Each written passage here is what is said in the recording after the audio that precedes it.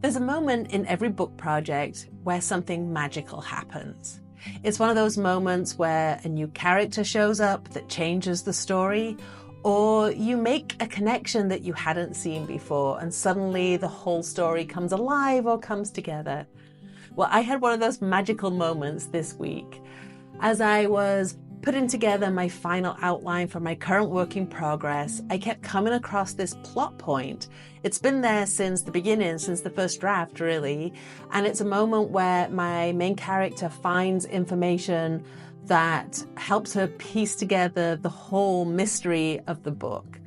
The problem is that the way it was always been written is that somebody leaves this information for her anonymously. The problem I have is that I don't have a character in the book that has any motivation to do this.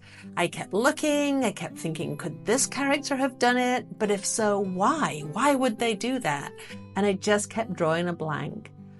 But as I was figuring out a different scene and a new scene that came later in the story that I knew I needed to add, all of a sudden I figured out how she gets the information.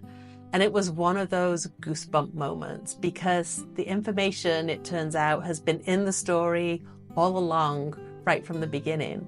And it ties into all the main supporting characters. It ties into the theme of the book.